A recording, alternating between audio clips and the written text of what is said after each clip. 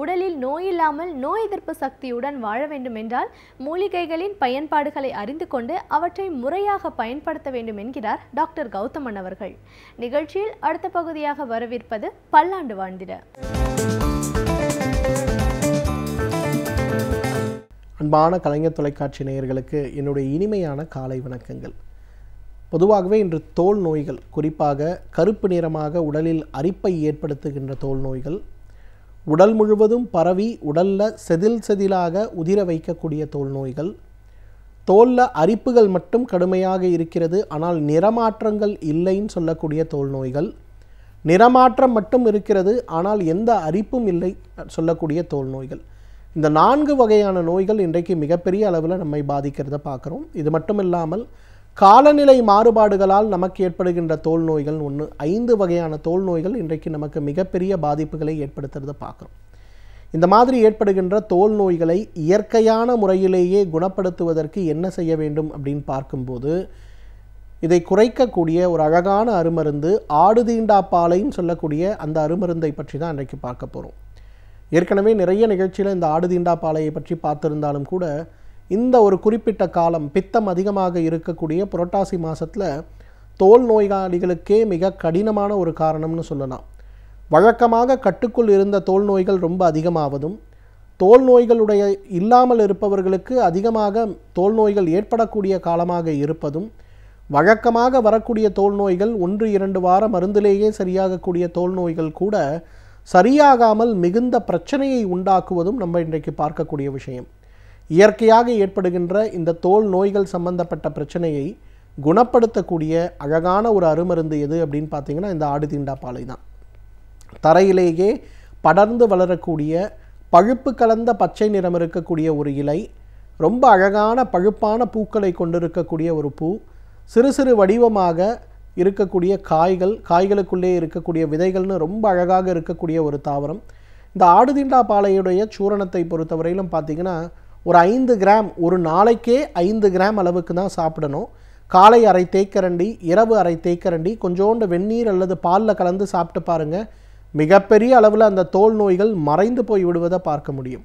நிறைய பேர் என்கிட்ட வரும்போது சொல்லுவாங்க, நான் 15 வருடங்களாக சோரியாஸுக்கு மருந்து சாப்பிட்றேன், 20 வருடங்களாக சாப்பிட்றேன், உலகத்தில் இருக்கக்கூடிய எல்லா மருத்துவ முறைகளும் நான் ட்ரை பண்ணிட்டேன், எனக்கு குணமே ஆகலைன்னு வருவாங்க. அவர்களுக்கு பொதுவாகவே நான் கொடுக்கக்கூடிய ஒரே ஒரு மருந்து எது அப்படின்னு கேட்டிங்கன்னா அந்த ஆடுதீண்டாப்பாலை தான். இதிலிருந்து எடுக்கக்கூடிய சூரணத்தை ஒரு 500 மில்லிகிராம் அளவுக்கு, அதாவது மேக்சிமம் ஒரு நாளைக்கு டோஸ் 5 கிராம். ஸோ 500 மில்லிகிராம் அளவுக்கு ஒரு நாளைக்கு 3 வேளையோ அல்லது 2 கிராம் அளவுக்கு ஒரு நாளைக்கு 2 வேளைங்கிறோங்கிற மாதிரி நோயாளியுடைய வயது தன்மைக்கு ஏற்றாற் போல் கொடுக்கும்போது ஒரு 100 நாட்களுக்கு அப்புறம் அவங்க திரும்பி வரும்போதே ரொம்ப மகிழ்ச்சியோடு எனக்கு இது ரொம்ப நல்லாவே குறைஞ்சிருச்சின்னு சொல்லக்கூடிய அளவுக்கு வழக்கமாக விலையுயர்ந்த மருந்துகள் செய்ய முடியாததை கூட அழகாக செய்யக்கூடிய ஒரு மருந்தாக இந்த ஆடுதீண்டாப்பாலை இருக்கிறத நம்ம பார்க்குறோம். இரண்டாவது, இன்றைக்கு விஷத்தன்மை உடலில் அதிகமாவதால் நிறைய பிரச்சனைகள் ஏற்படுவதை பார்க்குறோம். உதாரணத்துக்கு உடலில் இருக்கக்கூடிய கனிமங்களுடைய அளவு, லெட்டுன்னு சொல்லக்கூடியதோட பாய்சன், மெர்க்குரி சம்பந்தப்பட்ட பாய்சன், ஆர்சனிக் சம்பந்தப்பட்ட பாய்சன், இந்த மாதிரி நிறைய விஷத்தன்மைகள் ஏற்படுவதை பார்க்குறோம். இந்த மாதிரி விஷத்தன்மைகளை குறைப்பதற்கு என்ன செய்ய வேண்டும்? ஏன்னா நுரையீரல் பாதிப்பு வருது, எனக்கு ஆஸ்மா இருக்குன்னு சொல்லக்கூடியவர்கள், சிறுநீரக பாதிப்பு ஏற்பட்டு விட்டது, எனக்கு ஹைப்பர் டென்ஷன் இருக்குன்னு சொல்லக்கூடியவர்கள் யாருமே ஏன் இது ஏற்பட்டதுங்கிற காரணத்தை பார்ப்பது கிடையாது. ஆனால் ஏன்கிற காரணத்தை எடுத்து நம்ம இரத்த பரிசோதனைகள்லாம் செய்து பார்க்கும்போது உடம்பில் இருக்கக்கூடிய தேவையற்ற நச்சுப் பொருட்களுடைய அளவு அதிகமாகும் போது தான் இது ஏற்படுவதை பார்க்க முடியும். அந்த வகையில் உடலில் ஏற்படுகின்ற நச்சுப் பொருட்களுடைய அளவை குறைக்கக்கூடிய அழகான ஒரு அருமருந்தாக இந்த ஆடுதீண்டாப்பாலையை நம்ம உபயோகப்படுத்த முடியும்.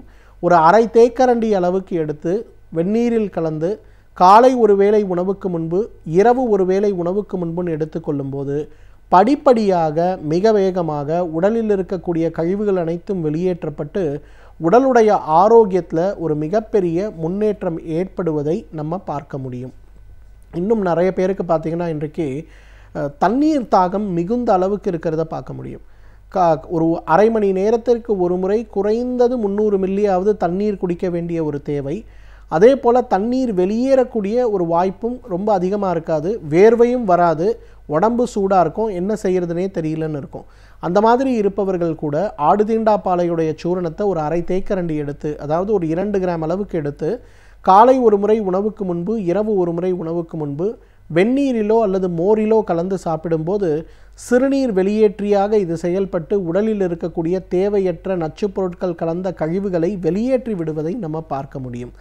இன்னும் நிறைய பெண்களுக்கு பார்த்திங்கன்னா இன்றைக்கு பிறப்புறுப்புகளில் கடுமையான அரிப்புகள் சம்பந்தப்பட்ட பிரச்சனையும், வெள்ளைப்படுதல் சம்பந்தப்பட்ட பிரச்சனையும், குறிப்பாக மாதவிலக்கு நேரங்களில் மிகப்பெரிய அளவில் பிறப்புறுப்புகள் வீங்கியது போல ஒரு வலியும் வேதனையும் ஏற்படுவதை பார்க்க முடியும்.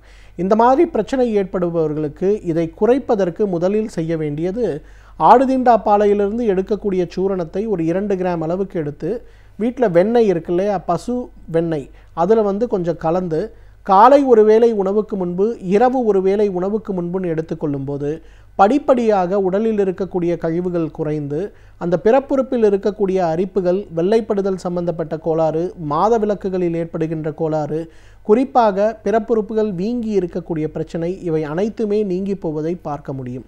சுகப்பிரசவம் ஏற்பட்ட பிறகு நிறைய பெண்களுக்கு பார்த்திங்கன்னா அவர்களுடைய பிறப்புறுப்பில் கலவி நடக்கும்போது மிகப்பெரிய வலியும் வறட்டுத்தன்மையும், சில நேரங்களில் கலவிக்கு பிறகு மிகப்பெரிய அளவில் உதிரப்போக்கும் ஏற்படுவதை கூட பார்க்க முடியும். இன்றைக்கு உளவியல் ரீதியாக இந்த ஒரு பிரச்சனை கணவன் மனைவிக்கிடையே மிகப்பெரிய வேறுபாடுகளை உண்டாக்குறத கூட நம்ம பார்க்க முடிகிறது. இது சம்பந்தப்பட்ட பிரச்சனைகளை குறைப்பதற்கு நமக்கு உதவி செய்கின்ற அழகான ஒரு மருந்து இந்த ஆடுதீண்டா பாலை. ஆடுதீண்டா பாலையிலிருந்து எடுக்கக்கூடிய சூரணத்தை கொஞ்சம் வெண்ணெய் அல்லது நெய்யில் கலந்து காலை ஒரு வேளை உணவுக்கு முன்பு, இரவு ஒரு வேளை உணவுக்கு முன்புன்னு எடுத்துக்கொள்ளும் போது உடலுடைய ஆரோக்கியத்தில் மட்டுமல்ல, நம்மளோட மனதுடைய ஆரோக்கியத்திலும் மிகப்பெரிய மாறுதல்கள் ஏற்படுவதை பார்க்க முடியும். தகுந்த மருத்துவ ஆலோசனையின் பேரில் சரியான முறைப்படி, சரியான உணவு பட்டியல்களுடைய வழிகாட்டுதலின்படி இந்த ஆடுதீண்டா பாலையை ஒரு மருந்தாக நம்ம பயன்படுத்தி வந்தாலே நம்மாலும் பல்லாண்டு காலம் ஆரோக்கியமாக வாழ்ந்திட முடியும். சமூகத்தில் நடக்கும் நிகழ்வுகளில் நல்லவை எவை, தீயவை எவை என்பதை பற்றி நம்மிடையே பேசி அவற்றை நாம் எவ்வாறு கையாள வேண்டும் என்பதை பற்றியும் நம்மிடையே பேச வந்திருக்கிறார் எழுத்தாளர் மனுஷபுத்திரன் அவர்கள். நிகழ்ச்சியில் அடுத்த பகுதியாக வரவிருப்பது தீதும் நன்றும்.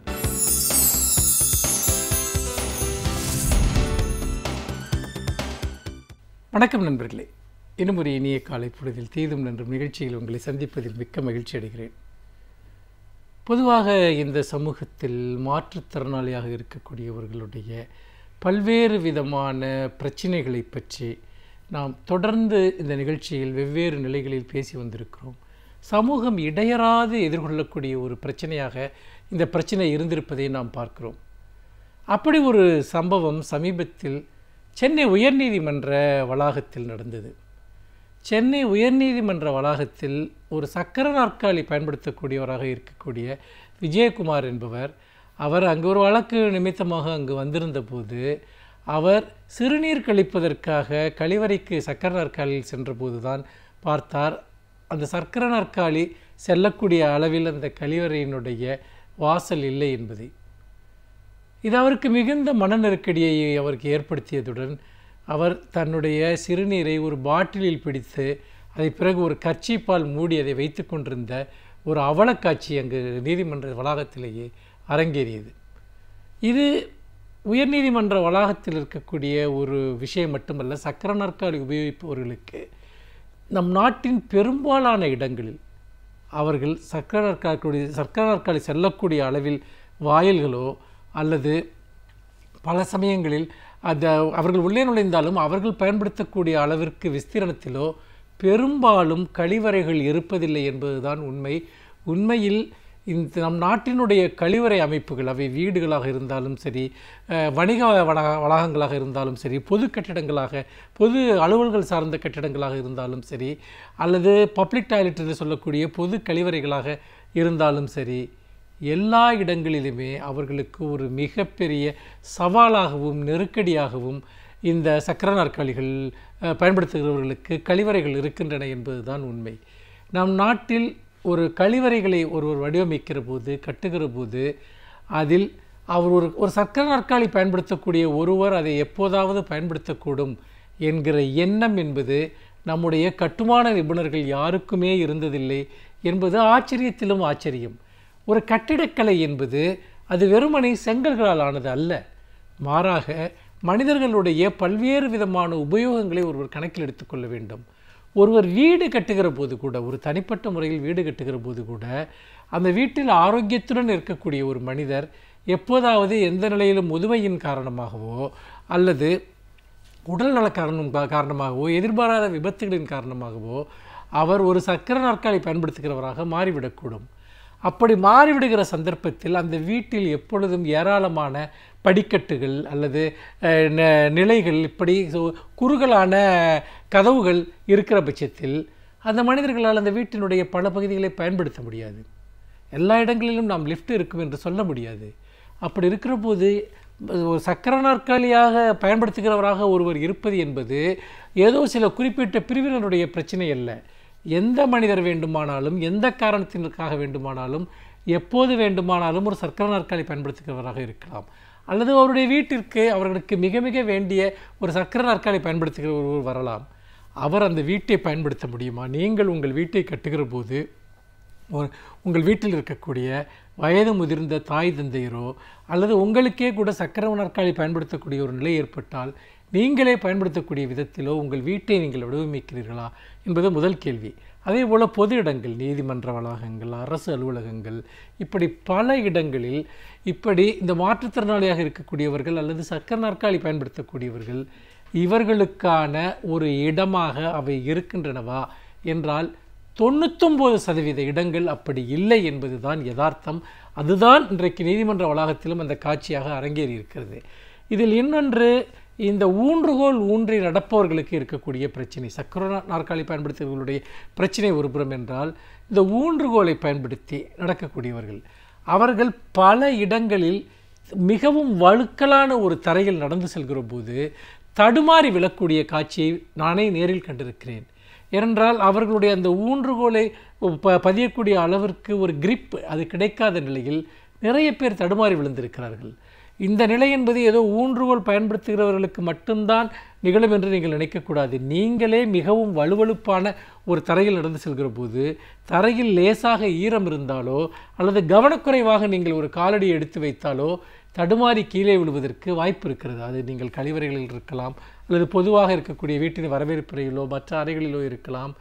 ஒரு பாதுகாப்பற்ற முறையில் இந்த தரைத்தளங்களை அமைப்பது என்பது அது ஊன்றுகோல் பயன்படுத்துகிறவர்கள் மட்டுமல்ல, எல்லோருக்குமே அது ஆபத்தான ஒரு விஷயம்தான் என்பதை நீங்கள் நினைத்து பார்க்க வேண்டும். அப்படி இருக்கிற போது நம்முடைய கண்ணோட்டத்தில் சித்தாந்தத்திலேயே பொதுவாக சக்கர நாற்காலி பயன்படுத்துகிறவர்களுக்கு உகந்த வகையில் நம்முடைய கட்டுமானங்கள் இருக்கிறதா என்கிற கேள்வியை எழுப்பிக் கொள்ள வேண்டும். நிறைய நேரம் இடத்தை சுருக்குகிறோம் என்கிற பெயரில் இது நடக்கிறது. இன்னொன்று பார்த்தீர்கள் என்றால், நிறைய விடுதிகளில் கூட, தங்கும் விடுதிகளில் கூட பல சமயங்களில் ஒரு சக்கர நாற்காலி செல்லக்கூடிய அளவில் அந்த அறைகளினுடைய வாயில் இருப்பதில்லை என்பதை நன்றாக பார்க்க முடியும். நீங்கள் நம் நாட்டில் இருக்கக்கூடிய பெரும்பாலான தங்கும் விடுதிகளை, சில சமயங்களில் ஒரு 2 நட்சத்திர 3 நட்சத்திர தங்கும் விடுதிகளில் கூட இந்த நிலையை நீங்கள் பார்க்கலாம். ஒரு சாதாரண சக்கர நாற்காலி செல்லக்கூடிய வகையில் அதனுடைய கட்டமைப்பு என்பது இருக்காது. அவர்கள் கீழே இறங்கித்தான் செல்ல வேண்டும் என்கிற நிலை இருக்கும். இது எல்லாமே அன்றாடம் பெரும்பாலான மனிதர்கள் சந்திக்கக்கூடிய பிரச்சனை. வீடுகள், பொது இடங்கள் எல்லாவற்றிலுமே இந்த சித்தாந்தத்தை நாம் பின்பற்ற வேண்டும். பெரும்பாலான இடங்களில் நாம் அதற்கான வசதிகளை உருவாக்க வேண்டும். இல்லாவிட்டால் மனிதர்கள் நிறைய நேரங்களில் இதுபோன்ற பிரச்சனைகளுக்காக அவர்களுக்கு ஏற்கனவே இருக்கக்கூடிய துன்பத்துடன் மேலும் கூடுதலான துன்பத்தை அனுபவிக்கிறார்கள் என்பதைத்தான் தொடர்ந்து வரக்கூடிய செய்திகள் காட்டுகின்றன. விமான நிலையங்களுக்கு போனால் அங்கு பிரச்சனை, ரயில் நிலையங்களுக்கு போனால் அங்கு பிரச்சனை. ஒரு சக்கர நாற்காலி உபயோகக்கூடிய ஒருவர் ஒரு ரயில் நிலையத்தில் ஒரு ரயில் பெட்டியில் இருக்கக்கூடிய கழிவறையை பயன்படுத்த முடியுமா என்பதை நினைத்து பாருங்கள். இப்படிப்பட்ட கொடுமைகளை முடிவுக்கு கொண்டு வருவதுதான் உண்மையிலேயே நாம் ஒரு நாகரிகம் பெற்ற சமூகமாக இருக்கிறோம் என்பதற்கான ஒரு அடையாளமாக இருக்க முடியும். மீண்டும் இன்னும் ஒரு புதிய சிந்தனையோடு உங்களை சந்திக்கிறேன். நன்றி, வணக்கம். ஒரு துறையை பற்றி நாம் முழுமையாக அறிந்து கொள்ள வேண்டும் என்றால் அந்த துறையை சார்ந்த வல்லுநர்கள் அவர்களின் அனுபவங்களை நம்மோடு பகிர்ந்து கொள்ளும் பொழுதுதான் அவற்றை நாம் முழுமையாக அறிந்து கொள்ள முடிகிறது. அந்த வகையில் இன்றைக்கு நாம் சந்திக்கவிருக்கும் சிறப்பு விருந்தினர் யார் என்பதை காணலாம். நிகழ்ச்சியில் அடுத்த பகுதியாக வரவிருப்பது சிறப்பு விருந்தினர்.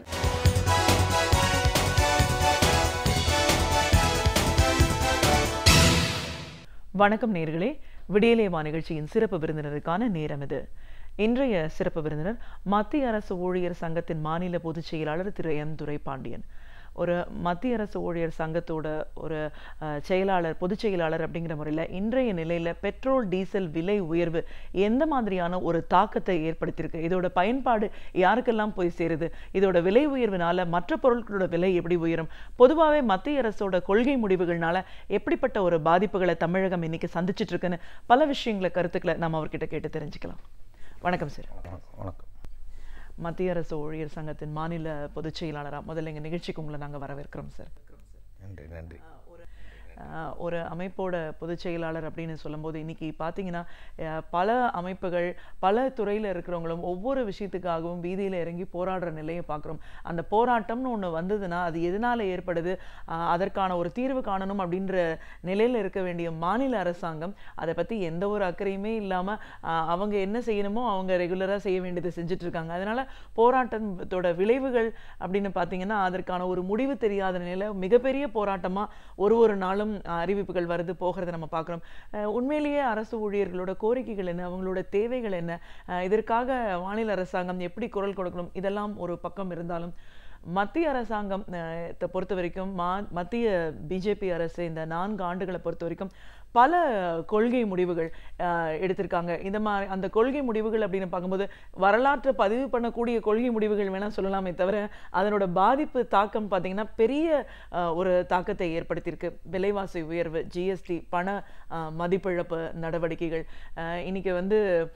இன்னைக்கு எல்லாருமே இதை எதிர்க்கிற நிலைக்கு கொண்டு போய் சேர்த்திருக்கிறதுக்கான அடிப்படை காரணங்கள் என்ன இப்படின்னு நிறைய விஷயங்களை பற்றி நம்ம இன்னைக்கு விரிவாக பேசணும். முதல்ல மத்திய அரசோட இந்த கொள்கை முடிவுகள், இந்த 4 ஆண்டு கால பிஜேபி ஆட்சியை பொறுத்த வரைக்கும் உங்களுடைய பார்வை? இல்லை, நீங்கள் முதல்ல இந்த வரலாற்றில் வேணா பதிலான்னு சொன்னீங்க. வரலாற்றில் கதாநாயகனையும் பதிவாங்க, வில்லனையும் பதிவு செய்வார்கள். காந்தியடிகளையும் வரலாறு பகிர்ந்து வைத்திருக்கிறது, கோட்சேவையும் வரலாறு பகிர்ந்து வைத்திருக்கிறது, இயேசுநாதரையும் வரலாறு பகிர்ந்து வைத்திருக்கிறது, யூதாஸையும் வரலாற்றிலே காணப்படுகிறது. அதனால் இவங்க வரலாறு நல்லது செய்த வரலாறு அல்ல. பாஜகவோட 4 வருட ஆட்சி என்பது பிரதமர் பணமதிப்பு நீக்க நடவடிக்கையை தொடங்கி வச்சு பேசும்போது ஒரு வார்த்தையை சொன்னார். இந்த நாட்டு மக்களெல்லாம் தியாகம் பண்ணுனார். இராணுவ வீரன் பணியில் இல்லையான்னு சொல்லி கேட்டார். அதுக்கப்புறம் ஒரு வார்த்தையை சொன்னார், 70 வருஷத்தில் எந்த பிரதமரும் செய்யாத காரியத்தை நான் செய்திருக்கிறேன் என்று சொன்னார். நான் அவரோட முழுசாக உடன்படுறேன். ஏன்னா 70 வருஷத்தில் எந்த பிரதமரும் இந்திய நாட்டினுடைய பொருளாதாரத்தை இப்படி தலைகளாக மாற்றி சின்ன பின்னமாக்கினது எந்த பிரதமரும் கிடையாது. அதனால் மோடி தான் அதை செய்திருக்கிறார். இவர் செய்த அனைத்தும் தோல்வி அடைந்திருக்கிறது. பணமதிப்பு நீக்க நடவடிக்கை, ரிசர்வ் பேங்க் ஆஃப் இந்தியா போன செப்டம்பரில் ஒரு அறிக்கை வெளியிட்டாங்க, இந்த செப்டம்பரில் ஒரு அறிக்கை வெளியிட்டாங்க. போன செப்டம்பரில் வெளியிட்ட அறிக்கையில் இன்னும் கொஞ்சம் தான் பணம் எண்ணாமல் இருக்குன்னா 15,44,000 கோடியில் 15,28,000 கோடி வந்துருச்சு. வெறும் 16,000 கோடி தான் சந்தேகத்துக்குரியன்னு சொன்னாங்க. இப்போ அதையும் தெளிவுபடுத்திட்டாங்க. இப்போ லேட்டஸ்ட்டாக என்ன அறிக்கை கொடுத்துருக்காங்கன்னா 15,41,000 கோடி தான் 1000 ரூபா நோட்டு, 500 ரூபா நோட்டு புழக்கத்தில் இருந்தது. அதில் 15,31,000 கோடி வந்துருச்சு. 10,000 கோடி தான் அது அக்கௌண்ட் பண்ண வேண்டியிருக்கு. இதுதான் என்ன பணமாக வேணாலும் இருக்கலாம். அப்போ இவர் மோடி சொன்னால் 7 லட்சம் கருப்பு எங்கே போய் சுப்ரீம் கோர்ட்டில் அவரை அரசு வழக்கறிஞர் 3 to 5 லட்சம் கோடி ரூபாய் கருப்பணம் வரும்னு சொன்னார். போன சுதந்திர தினத்துக்கு கொடியை ஏற்றி வச்சுட்டு மறுபடியும் பொய் சொன்னார். இதன் மூலமாக, என்னுடைய நடவடிக்கை மூலமாக, பணமதிப்பு நீக்க நடவடிக்கையின் மூலமாக மறுபடியும் 5 லட்சம் கோடி ரூபாய் கருப்பணத்தை கண்டுபிடிப்பனார். இப்போ எங்கே கருப்பணம் மாறா? இப்போ என்ன நடந்திருக்கு தெரியுங்களா உங்களுக்கு? இதுவும் ரிசர்வ் வங்கியோட அறிக்கை. முன்பு இருந்ததை விட கள்ள நோட்டு புழக்கம் அதிகமாகிவிட்டது. இப்போ மோடியோட புதிய கொள்கை என்ன நிலைக்கு கொண்டு போயிருக்க பாரு. எல்லாம் டிஜிட்டலைசேஷன் சொல்கிறார். வீட்டுக்குள்ளே உட்காந்துக்கிட்டு ஃபோன் பேச முடியல, கால் ட்ராப்னு சொல்கிறாங்க. தொலைபேசியோட நெட்வொர்க் அப்படி தான் இருக்குது. இவர் டிஜிட்டலைசேஷனை பற்றி பேசுகிறார். ஒரு சாதாரண ஆயாக்கிட்ட போய் நான் கீரை வாங்கிட்டு அவங்கள்ட்ட எப்படிங்க நான் பணம் கொடுக்குறது? நெதர்லாந்து போன்ற இடங்களில் கூட 100க்கு 100% என்றாலும் கூட 100% இல்லாது. 10லிருந்து 30% வரையில் பணம் மூலமாக தான் நடவடிக்கைகள் நடக்குது, பண பரிமாற்றம் தான் இருக்குது. ஆனால் இவர் சொன்னார் யாரும் செய்யாதன்னார். அதுக்கடுத்து ஜிஎஸ்டின்னு ஒன்று கொண்டு வந்தார். நீ நல்லா யோசிச்சு பாருங்கள். வெள்ளைக்காரனை எதிர்த்து நம்ம போராட்டம் நடத்தினோம். காந்தியடிகள் தண்டி உப்பு சத்தியாகிரத்துக்கு நடந்து போனார். சர்தார் வேதரத்னம் பிள்ளை நம்ம வேளாங்கண்ணிக்கு உப்பு காய்ச்சலுக்காக போனார். எதுக்காக? நம்ம ஊர் உப்பு, நம்ம ஊர் உழைப்பு, இதுக்கு எதுக்குடா வெள்ளைக்காரன் வரி போடுறேன்னு. ஆனால் இன்றைக்கி மோடி அதுக்கும் வரி போட்டார். லூஸில் உப்பு வாங்கினாக்கா வரி இல்லைங்க, ஒரு பாக்கெட்டில் உப்பு வாங்கினா வரி, குழந்தைங்க சாப்பிட்ற பிஸ்கட்டுக்கு வரின்னு சொல்லி எல்லாத்துக்கும் வரியை போட்டாங்க. இதனுடைய விளைவு என்னென்னா, அரசாங்கத்தோட புள்ளி விவரம் சொல்லுது, நாங்கள் சொல்லலை. இவர் வருஷத்துக்கு 2 கோடி பேருக்கு வேலை கொடுப்பேன்னார். அதாவது குறைந்தது 1 கோடிக்காக கொடுப்பாருன்னு எதிர்பார்த்தோம். ஆனால் அதெல்லாம் மாறி போய் இவர் வந்ததற்கு பிறகு வேலை என்பது 1,30,000 பேருக்கு தான் வேலை கிடச்சிருக்கு புதுசாக. மீதி அரசாங்கத்தோட புள்ளி வரப்படியே 90 லட்சம் பேர் இந்த காலத்தில் வேலை இழந்திருக்கிறார்கள். கிட்டத்தட்ட 3 லட்சத்துக்கு மேற்பட்ட தொழிற்சாலை மூடி இருக்கிறது. தமிழ்நாடு சட்டமன்றத்தில் சில நேரத்தில் நம்முடைய முதல்வர் மந்திரிகள் உண்மையும் பேசிடுவாங்க, ஏன்னா வேறு வழி இல்லை.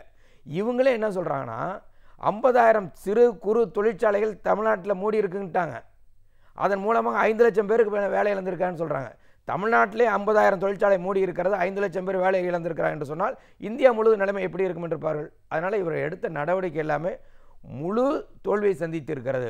ஆனாலும் அதை திசை திருப்பதற்காக பல்வேறு விதத்தில் பேசிகிட்டு இருக்காங்க. பல விஷயங்களில் மத்திய அரசாங்கத்தோட பொருளாதார கொள்கை முடிவுகள் தோல்வி அப்படின்னு நம்ம பார்த்தாலும், இப்போது பெரிய ஒரு தாக்கம் அப்படின்னு பார்த்தா, பாதிப்பு அப்படின்னு பார்த்தீங்கன்னா பெட்ரோல் டீசல் விலை உயர்வு தான். இதை ஒரு தினம் தினம் விலைவாசி உயருது அப்படின்னும் போது சாமானிய மக்கள், அடித்தட்டு மக்கள் அதிகம் உபயோகிக்கும் இந்த 2 வீலர் இருசக்கர வாகனம் அப்படின்னு அடிப்படை தேவை பெட்ரோலாக தான் இருக்குது. கார் இருக்கிறவங்க கூட டீசல் அப்படின்லாம், ஆனால் இவங்க உபயோகப்படுத்துறதுல பெட்ரோலோட தேவை தான் இன்னும் அதிகமாக இருக்கு.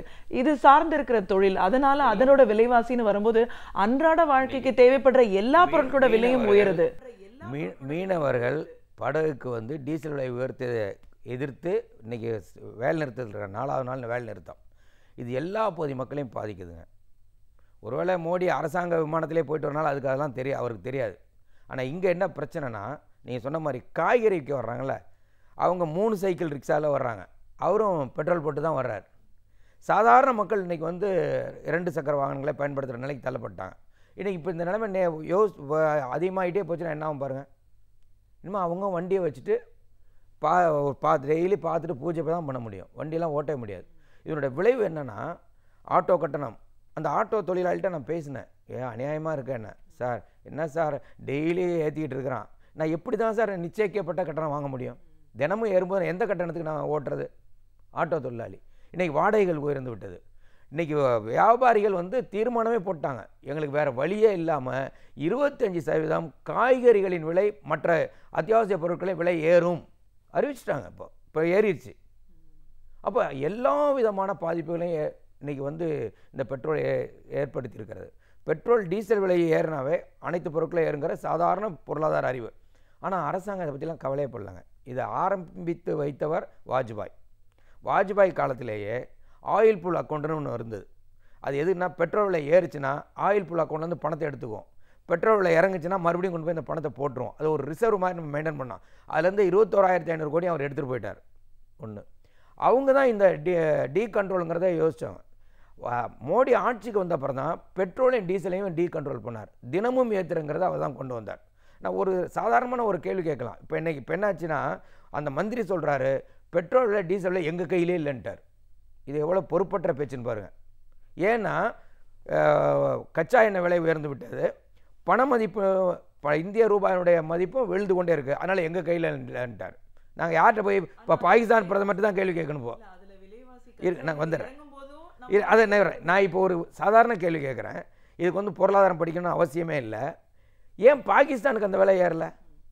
ஏன் நேபாளுக்கு ஏறலை? நம்மக்கிட்ட இருந்து வாங்குறாங்க நேபாள், ஏன் நேபாளுக்கு ஏறலை? பக்கத்தில் இருக்க ஸ்ரீலங்காவுக்கு ஏன் ஏறலை? ஏன் அமெரிக்காவுக்கு ஏறலை? அமெரிக்காவிலே இப்போ எவ்வளோ பார்த்தீங்கன்னா $0.7 தாங்க.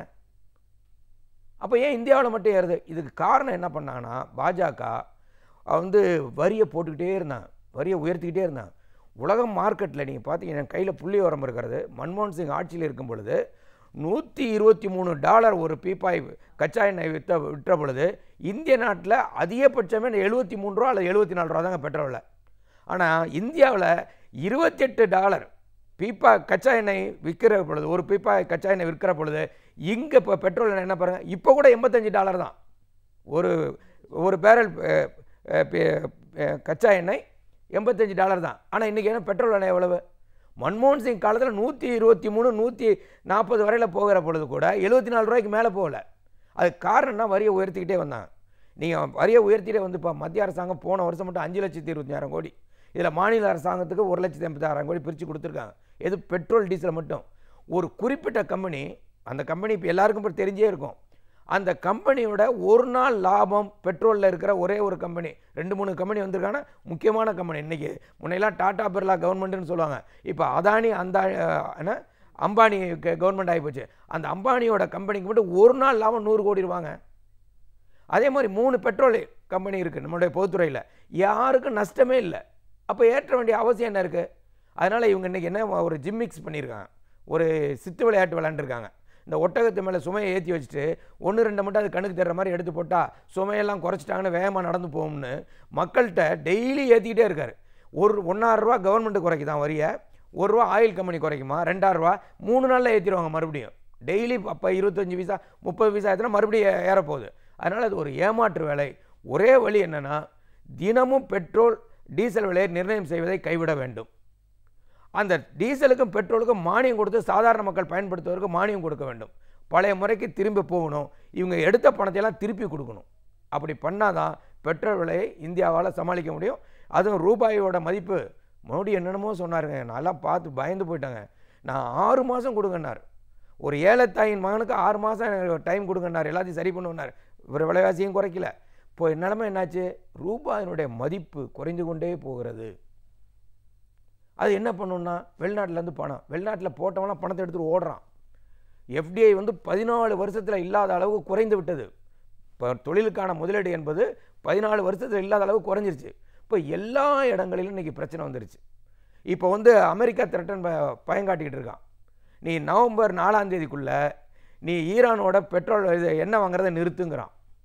நீ வந்து ரஷ்யாவோட எந்த விதமான ஒப்பந்தத்துக்கும் போகாத, எந்த போர்க்கருவியும் வாங்காதன்னு பயங்காட்டுறான். இப்போ இந்த மாதிரி ஒரு நிலைமை நீடிச்சுன்னா உலகம் முழுவதுமே பிரச்சனை வரப்போகிறது மட்டுமல்ல, இந்திய நாட்டில் மோடி அரசாங்கத்தால் எதையும் சமாளிக்க முடியாது. எல்லா விஷயத்துக்கும் மோடி பேசுகிறார். ஒரு குழந்தை அவர் படத்தை போட்டு கேக் வெட்டினோன்னே அவர் வாழ்த்து சொல்கிறார். நம்ம தூத்துக்குடியில் கூட 13 பேர் செத்து போனால் அதை பற்றி அவர் கவலைப்படல, நான் அதை கூட பேசலை. ஆனால் ஏன் பெட்ரோல் விலையை பற்றி பேச மாட்டேங்கிறாரு? ஏன் ராஃபேல் விமான ஊழலை பற்றி பேச மாட்டேங்கிறாரு? ஏன் ஜிஎஸ்டியை பற்றி மறுபடியும் பேச மாட்டேங்கிறாரு? அப்போ முக்கியமான விஷயங்களே பேசுவதே இல்லை அவர். அதனால் மோடி எதிர்பார்த்து பேசினது வேறு, நாட்டு நடப்பு என்பது வேறு. இப்போ மோடியோட 4 வருட அந்த அலங்கோலத்தை சரி பண்ணுவதற்கு அடுத்த 5 வருஷம் கூட பத்தாது. அவர் சொன்னார்ல 70 வருஷத்தில் எல்லாத்தையும் மாற்றினேன், எல்லாத்தையும் மாற்றி கெடுத்து குட்டிச்சுவராகிட்டார். அதுதான் உண்மை நிலைமை. கண்டிப்பா இந்த பெட்ரோல் டீசல் ஆனா வந்து இவ்வளோ பெரிய ஒரு மாற்றம், ஒரு பாதிப்பை மக்கள் மத்தியில திணிக்குது அப்படின்னும் போது நிறைய பிரச்சனைகளை மக்கள் சகிப்புத்தன்மையோட ஏத்துக்கிட்டு தான் இருக்காங்க. ஆனா இது வந்து அவங்களுடைய வாழ்வாதாரமே போகக்கூடிய ஒரு சூழல்.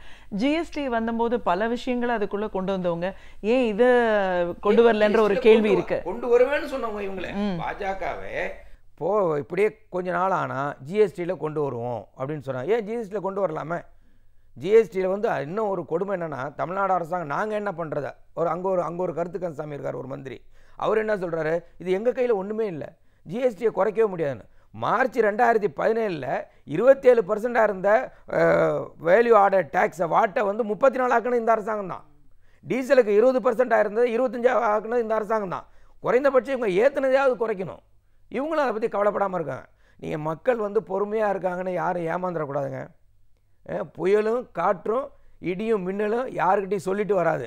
இன்றைக்கி மக்களுடைய அமைதி இருக்குது பாருங்கள், அது ஒரு பெரிய ஆபத்தை நோக்கி அழைத்து செல்கிறது என்று பொருள். இன்றைக்கி பல இடத்துல போராட ஆரம்பிச்சிட்டாங்க. பூரியில் பெட்ரோல் வந்து 100 ரூபாய்க்கு மேலே போயிடுச்சு. இன்றைக்கி 92 ரூபாய்க்கு மேலே பாம்பேயில். பாஜக ஆளுகிற மாநிலங்களில் தான் பெட்ரோல் மீது வரி இருக்குது பாருங்கள், வேல்யூ ஆடட் டேக்ஸ் அதிகம். உதாரணமாக வந்து பாம்பேயில் அதிகம். அது பூரியில் 100 ரூபா ஆன ஒன்று என்னாச்சு, பொதுமக்கள்லாம் சேர்ந்து பெட்ரோல் பங்கை நல்ல வேலை கொளுத்தி விட்டுருந்தா என்ன ஆயிருக்குன்னு நினச்சி பாருங்கள். அடித்து உடச்சி பெட்ரோல் தெருவில் ஓடுது, ரோட்டில் ஓடிக்கிட்டு இருக்குது. அதனால் மக்கள் பொறுமையாக இருக்காங்கன்னு இவங்க கணக்கு போட்டாங்கன்னா தவறு செய்கிறார்கள் என்று பொருள். இப்போ அரசு ஊழியர் நம்ம போராட்டங்கள்னு பார்க்குறோம். பல துறையை சார்ந்தவங்களும் இப்போ 5 ஆண்டுகளாகவும் அதன் தொடர்ச்சியாக இருக்கிற இப்போ அதிமுக அரசில் பார்த்தீங்கன்னா போராட்டத்துக்கு பஞ்சமே இல்லைன்ற அளவை தான் நம்ம பார்க்குறோம். இப்போ அரசு ஊழியர்கள் போராட்டம் அப்படிங்கிறது என்ன, அவங்களோட கோரிக்கைகள் தான் என்ன? இந்த போராட்டம் அதிகமாக இருக்குதுன்னு சொன்னால் அதுக்கு காரணம் ஒரு செயல்படாத, இன்னும் சொல்லப்போனால் பாஜகவுக்கு அடிமை சேவகம் செய்கிற ஒரு மாநில அரசு. ஒருவேளை பாஜக முதலமைச்சரே இங்கே இருந்திருந்தால் கூட பிரதமரோ அல்லது மத்திய அரசாங்கம் சொல்வதை அப்படியே அடிபணிந்து கேட்க மாட்டார்கள், ஏதாவது கேள்வி கேட்டுருவாங்க. ஆனால் பாஜகவை விட சேவம் செய்கிற ஒரு அமைச்சர் முதலமைச்சர் இங்கே இருந்துக்கிட்டு இருக்காங்க. அது ஏன் போராட்டம் அதிகமான செயல்பட்டால் தானே போராட்டம் இல்லாமல் இருக்கும். யாராவது சொல்கிறத கேட்டால் தானேங்க எனக்கு வேலை இருக்கும். யார் சொல்கிறதையும் கேட்குறது இல்லை. மத்திய அரசு ஊழியர்களுக்கு இணையான கோரிக்கை ஊதியம் என்ற கோரிக்கையை கலைஞர் ஆட்சியில் இருக்கிற பொழுது நாங்கள் கொண்டு வந்தோம். அதை அப்படியே அமுல்படுத்தினார். இன்னும் சொல்லப்போனால் பல விஷயங்களில் மத்திய அரசை விட அதை மேம்படுத்தியும் அமுல்படுத்தி இருக்கிறார். ஆனால் இங்கே என்ன ஆச்சு, மத்திய அரசு ஊழியர்களுக்கு சமமான ஊதியம் கொடுக்கப்படும் என்று அறிவித்துவிட்டு மத்திய அரசு ஊழியர்களுக்கு அடிப்படை சம்பளம் 18,000னா இவர்களுக்கு 15,750. ஸோ குறைச்சி தான் கொடுத்துருக்குறாங்க. அதே மாதிரி ஓய்வூதியம், இது எல்லாருக்கும் தெரியணுங்க. பல பேர் ஏன் வேலைக்கு வர்றாங்க அரசாங்க வேலைக்கு, கால் காசாக இருந்தாலும் கவர்மெண்ட் காசு, மேய்க்கிறது கழுதையாக இருந்தாலும் கவர்மெண்ட் கழுதையை மேய்ப்பன்னு தான் வந்தாங்க. எதுக்காக? வேலைக்கான உறுதிப்பாடு இருக்கும், வேலை பாதுகாப்பு. பணியிலிருந்து ஓய்வு பெற்றால் ஓய்வூதியம் கிடைக்கும், சமூக பாதுகாப்பு கிடைக்கும் தான். ஆனால் இன்றைக்கி அந்த சமூக பாதுகாப்பு என்பது கேள்விக்குறி ஆகிவிட்டது. இந்திய நாட்டில் இருக்கிற ஒரு மாநில அரசாங்கம், இந்திய அரசாங்கத்தினுடைய சட்டம் பொருந்தும். மத்திய அரசாங்கத்திலையும் புதிய ஓய்வூதிய திட்டம் இருக்குது. ஆனால் மத்திய அரசாங்கத்தில் ஒரு ஓய்வூதியத்தில் புதிய ஓய்வூதியத்தில் சேர்ந்தவுடன் செத்து போனால் அவனுடைய குடும்பத்துக்கு குடும்ப ஓய்வூதியம் உண்டு, அவனுடைய குடும்பத்துக்கு டிசிஆர்ஜி பணிக்கொடை உண்டு. ஆனால் மாநில அரசில் புதிய ஓய்வூதிய திட்டத்தில் சேர்ந்து செத்து போனால் எந்த நன்மையும் கிடையாது. அண்மையில் சட்டமன்றத்தில் ஒரு கேள்வி கேட்டாங்க, அதுக்கு நிதியமைச்சர் பன்னீர்செல்வம் பதில் சொல்லியிருக்கார். 18,016 கோடி ரூபாய் புதிய ஓய்வூதிய திட்டத்துக்காக அரசு ஊழியர்கள் ஆசிரியர்கள் 5,07,000 பேர் செலுத்திய பணம் இருக்கிறது என்று அறிவித்திருக்கிறார். ஆனால் அவங்க 8,800 பேர் செத்து போயிருக்காங்க. அவங்களுக்கு என்ன கொடுத்துருக்காருன்னா, அவங்க கட்டின பணம், அரசாங்கம் போடுற பணம் 8% வட்டி. ஆனால் ஒரு சட்டம் இருக்குது இந்த நாட்டில், அந்த சட்டத்தை மீறியவர்கள் அல்ல இவர்கள். இந்திய நாட்டில் முதலமைச்சர்னா யார், பிரதமர்னா யார்? பிரதமர் என்பது இந்திய நாட்டினுடைய அரசியல் சட்டத்தை நாடு முழுவதும் அதை கடைபிடிப்பதற்காக நடவடிக்கை எடுக்க வேண்டியவர். மாநில முதல்வர்னா யார்? சட்டத்தை மாநிலத்தில் அமுல்படுத்தக்கூடியவர். ஆனால் அரசாங்கம் 1972லேயே டிசிஆர்ஜி ஆக்ட் பணிக்கொடை சட்டம் என்று ஒன்று உருவாக்கி 6 மாதம் வேலை செய்தால் அரை மாத சம்பளம் என்று எழுதி வைத்திருக்கிறது. அது தனியார் கம்பெனிக்கும் பொருந்தும், மத்திய அரசுக்கு பொருந்தும், மாநில அரசுக்கு பொருந்தும். ஆனால் இங்கே மத்திய அரசிலே அது வழங்கப்படுகிறது, மாநில அரசில் இருக்கிற அந்த ஊழியர்களுக்கு வழங்கப்படவில்லை. அதற்காக ஒரு கமிட்டி போட்டாங்க, புதிய ஓய்வூதிய திட்டம்னு. அந்த புதிய ஓய்வூதிய திட்டத்தில் கமிட்டி போட்டாங்க, அதை எக்ஸ்டெண்ட் பண்ணிகிட்டே போயிட்டுருக்காங்க. என்றைக்கு அது அறிக்கை கொடுக்கும்னு தெரியல. இல்லை, உங்களுக்கு ரொம்ப ஆச்சரியமாக இருக்குங்க. பல பேருக்கு கூட பேசுகிறாங்க, இவங்களுக்கு தான் ஏன் சம்பளம் கொடுக்குறாங்க, லீவு கொடுக்குறாங்க, எதுக்கே பென்ஷன் கொடுக்கணும். நீங்கள் கற்பனை பண்ணி பாருங்கள், நான் பென்ஷன் இல்லாமல் சென்ட்ரல் கவர்மெண்ட்லேருந்து ரிட்டையர் ஆனால் அவங்க ஐஏஎஸ் ஆஃபீஸர், சீஃப் செக்ரட்டரியாக இருக்கலாம், கேபினட் செக்ரட்டரியாக இருக்கலாம், அல்லது கடைநிலை ஊழியராக இருக்கலாம். பென்ஷன் இல்லாமல் ரிட்டையர் ஆனால் அடுத்த நாள் அவன் பிச்சைக்காரன், அவ்வளோதான். இப்போ என்ன, இப்போ புதுசாக எங்கள்கிட்ட சேர்த்தாங்க, எங்கள் பணத்தை கொண்டு போய் நாங்கள் ரிட்டையர் ஆகும்போது வெறும் 60% கையில் கொடுப்பாங்க, 40% பென்ஷன் அன்யூட்டியில் போடுவாங்க. நான் ஏஜிஎஸ் ஆஃபீஸ்லேருந்து ஒரு உதாரணமே நான் உங்களுக்கு சொல்கிறேன். இது மாதிரி ஒவ்வொரு அலுவலகத்திலையும் இருக்குது, போஸ்ட் ஆஃபீஸில் இருக்குது, ரயில்வேயில் இருக்குது. ஒரு அம்மா 31,500 சம்பளம் வாங்கிட்டு இருந்தாங்க. அவங்க கணவன் இறந்து போய் கம்பேஷன் அப்போ கருணை அடிப்படையில் வேலைக்கு வந்தவங்க 10 வருஷம் தான் சர்வீஸ் முடிச்சிருக்காங்க. இப்போ ரிட்டையர் ஆகிட்டாங்க புது பென்ஷன் திட்டத்தில். அவங்க 5 லட்சத்துக்கு மேலே சேர்த்து வச்சுருந்தாங்க, அதில் 60% 3 லட்சத்தை பிடிச்சிக்கிட்டாங்க. 2 லட்ச ரூபா தான். அந்த 2 லட்ச ரூபாய்க்கு அவங்களுக்கு கொடுக்குற அந்த பென்ஷன் அன்னூட்டியில் போடுறாங்க, அந்த மார்க்கெட்டில் போய் நீங்கள் வாங்கணும் இன்சூரன்ஸில். அதை வாங்கினீங்கன்னா அவங்களுக்கு மாதம் எவ்வளவு பென்ஷன் வருது தெரியுங்களா? 1,200 ரூபா. அநேகமாக கலைஞர் கொண்டு வந்த முதியோர் நல்வாழ்வு இது கொடுக்குறாங்களே ஓய்வூதியம், அதுவே பரவாயில்ல போல இருக்குது. இவங்க பணத்தையும் போட்டுட்டு வெறும் 1,200 ரூபா. ஆனால் இவங்க சர்வீஸில் இருந்தாங்கன்னா 31,000 ரூபா அடிப்படை சம்பளம் வாங்கினவங்களுக்கு 15,000 ரூபாங்க ஓய்வூதியம். இப்போ இதை நம்ம ஈஸியாக புரிஞ்சுக்கலாம். இது மாதிரி ஒரு போஸ்ட்மேன் ரிட்டையர் ஆகிட்டார், அவரும் இதே மாதிரி பணத்தை சேர்த்து வச்சுருந்தார், பென்ஷன் அன்யூட்டியில் கொண்டு போய் போட்டான். இதுவரையில் போஸ்ட் ஆஃபீஸில் பணம் கொடுக்கல. அதே மாதிரி மாநில அரசாங்கம் இந்த முயற்சிகளை எடுக்கவே இல்லை. குறைந்தபட்சம் இவங்க போட்ட பணத்துக்காக கொடுக்கணும், அதுக்கு டிசிஆர்ஜி கொடுக்கணுங்கிற முயற்சி எடுக்கவில்லை. அதனால் அரசு ஊழியர்களுடைய போராட்டம் மிகவும் நியாயமானது. அதுக்கு அப்புறம் நீங்கள் பார்த்தீங்கன்னா எங்கேயாவது எம்ஏ, எம்ஃபில், பிஹெச்டி படித்த வாத்தியம் 10,000 ரூபாய்க்கு வேலை செய்வாராங்க. அவர் என்ன படிச்சிருக்கார்? 10,000 ரூபா, 7,500 ரூபா. இந்த 7,500 ரூபாயை கொடுக்க தாமதமாகனா அதுக்கு போராட்டம். என்ன மாதிரி ஒரு கேவலமான ஒரு அரசாங்கம் பாருங்கள். மாதா பிதா குரு தெய்வம்னாங்க. இப்போ நீ குரு தெய்வமாக இருக்கிறவன தெருவில் நிற்க வச்சிருக்கிறது பழனிசாமியினுடைய அரசாங்கம். அதனால் அவங்களோட அடிப்படை பிரச்சனைக்காக போராடுகிறார்கள். ஸோ இப்போ இந்த பிரச்சனை அப்படின்னு பார்க்கும்போது அவங்களோட கோரிக்கைகள் இவ்வளோ தூரம் இருக்குது, இதெல்லாம் நியாயமாக இருக்குது அப்படிங்கிறதுக்கு மாநில அரசாங்கத்துக்கு இது வரைக்கும் தெரியாமலா இருந்திருக்கும். ஆனாலும் அந்த போராட்டம் தீவிரம் அடைஞ்சிட்டே போகுது. அவங்களுக்கு வந்து அரசு ஊழியர்களை பற்றி யோசிக்கவோ அல்லது மக்கள் பிரச்சனையை பற்றி யோசிக்கவோ அவங்களுக்கு இப்போ நேரமே இல்லை. அவங்க ரொம்ப தெளிவாக இருக்கிறாங்க. நம்ம தான் குழப்பத்தில் இருக்க மக்கள் தான். ஏன்னா இனிமேல் தேர்தல் நடந்தால் நாம் வெற்றி பெறவே முடியாது. ஆட்சி அதிகாரம் இருக்கிற வரையில் எவ்வளவு முடியுமோ அவ்வளோ பார்த்துக்குவோம். அதுதான் இப்போ அவங்களோட நோக்கம். இந்த பக்கம் திரும்பினா அவர் பிடிங்கிடுவாரோ, அங்கிட்டு திரும்பினா இவர் பிடிங்கிடுவாரோன்னு சொல்லி அவங்களுக்குள்ளே பிரச்சனை. திருப்பரங்குன்றத்தில் ஒரு இடைத்தேர்தல், முன்பெல்லாம் நம்ம இடைத்தேர்தலில் மாநில முதல்வர்கள் தலையிடுவதே கிடையாது. அதுக்கு அப்படியே பரிவாரங்களோடு போய் உட்காந்து அது ரகசியமாக சந்தித்து பேசி ஒரு எம்எல்ஏ தேர்தலுக்கு போய் இவ்வளோ முக்கியத்துவம் கொடுத்து போகிறாங்க. ஆனால் அதே நேரத்தில் ரெட் அலர்ட்டுன்னு சொல்லி இன்றைக்கி வானிலை வந்து சொல்லியிருக்கான், தமிழ்நாட்டுக்கு ஒரு பேராபத்து வரலாம், மேலாந்தை மழை வரலான்னு. அந்த அதை பாதுகாப்பதற்கு என்ன நடவடிக்கை எடுத்தாங்க? அதை விட ரொம்ப ஆச்சரியமான விஷயம்னா முக்கம்பு அணை, முக்கம்பில் ஏற்கனவே அணை இருந்தது. அந்த முக்கம்பு அணையில் கலைஞரை கட்டி தான் காவேரிக்கு அணை கொண்டு வந்தார். அந்த காவேரியை தாண்டி போனீங்கன்னா முக்கம்பில் வந்து கொள்ளிடத்துக்குன்னு ஒரு அணை இருக்குது. கொள்ளிடம் வந்து பிச்சுக்கிட்டு போயிடுச்சுங்க அணையை. அதுக்கு என்ன சொன்னார் தெரியுமா உங்களுக்கு முதல்வர்? ஆனால் எனக்கு எனக்கு எனக்கு என்ன வருத்தம்னா, நான் உங்கள் மீடியாவை சொல்ல, உங்கள் ஊடகத்தை சொல்லலை, பொதுவான ஊடகங்கள் இவை பிழை பேசுவதே இல்லை.